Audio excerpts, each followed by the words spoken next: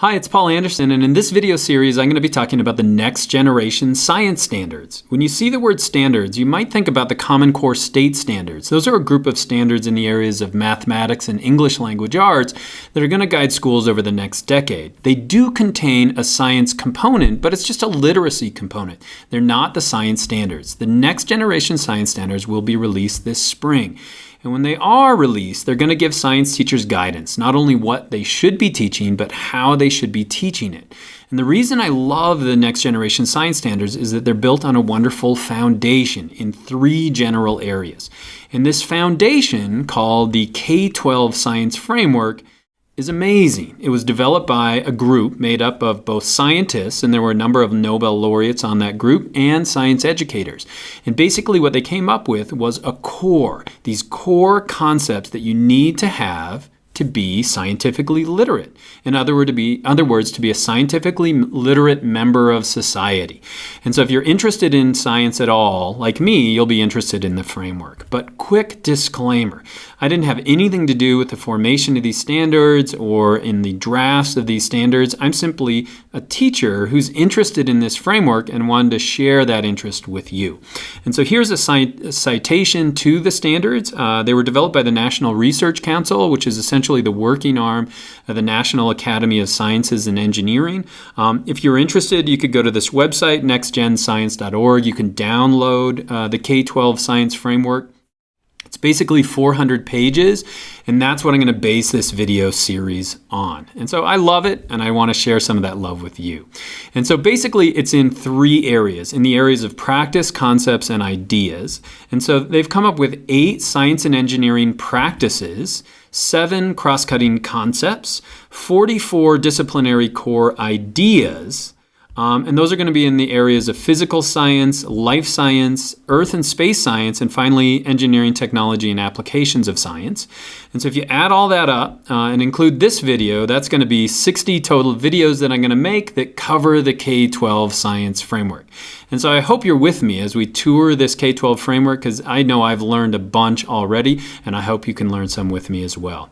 And so I want to go through these 3 general areas and give you a taste of what's to come. First is the area of science and engineering practices. You'll notice that engineering is a big part of these new standards. And the reason why is that engineering is really the application of science. And so the practices are a combination of both knowledge and skills. In other words, what is required to do science or to do engineering. And so an example of practice could be practice number 3. That's the development of using models. And so in order to work as a scientist, you have to be able to do that. And our students should be doing that as well, all the way from elementary through high school and on to college. And so let me give you a real world application of this practice. If you were with me in August, you were eagerly awaiting signals from Mars Curiosity, this giant laboratory that had landed on the surface of Mars. And the way it landed was amazing. It actually was dropped from a rocket crane and lowered kind of onto the surface. But in order to do that, the scientists and engineers at NASA had to develop a number of different models to test this out to see if it would actually work. And then finally, in August, it landed. And you can see these guys are super excited about that. And so that would be a practice, the ability to develop and use models. But they're not always physical models. Sometimes they're math. Sometimes they're computational models. Next is the area of cross-cutting concepts, and there are going to be 7 of those. These are going to be fundamental concepts, and they're going to bridge all the ideas. In other words, you could have a cross-cutting concept in the life sciences or in the earth sciences or in engineering, and it's going to essentially be the same thing. And there are 7 of these concepts they came up with. Number 2 could be cause and effect, or is cause and effect, or it's looking at mechanism and explanation. So to give you an example of that, in the sciences, it was a while ago, we had no idea how infectious disease worked, how I could transmit one disease from one person to another. And it was beyond belief that there could be some microorganism that could pass that. But the work of scientists kind of figured this out. This is Louis Pasteur, and you may know Louis Pasteur from the word pasteurization, but he was one of the scientists that figured out how infectious disease worked. And let me explain the science that he did. He developed something called a Pasteur flask.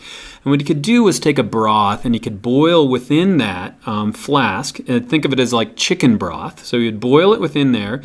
He would then leave this neck of the tube with some water down here. And then on the other one, he would simply break it off. And what he found is that this one right here, where there was no contamination, in other words, there were no microorganisms that were able to make their way in, there was no spoilage, there was no contamination. But in the one where he broke the lid off, there was contamination. So through the hard work of scientists like this, they were able to look at the cause and the effect and relate that together. But again, that's not only going to be in the life sciences, we'd find that everywhere. And finally, we get to the disciplinary core ideas. Again, those are in the areas of life, physical, earth, and then engineering. And basically, that's going to be the content. But the nice thing about the state standards is that they're going to give you a progression. They're going to teach you how to teach that and how to step students through that material. And so, for example, this is Life Science 1. So this is Disciplinary Core Idea 1D on information processing. And so in the elementary level, you're going to teach students that they have parts of their body that they can use to collect information, like their eyes take in light, their ears take in sound, and their hand can take in touch and also sense temperature.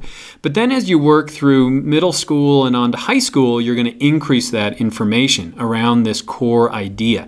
So to the point where you're in high school, you're going to be talking about the brain and how those signals are received in the brain and where they go in the brain, how we form memories and how we form actions based on that.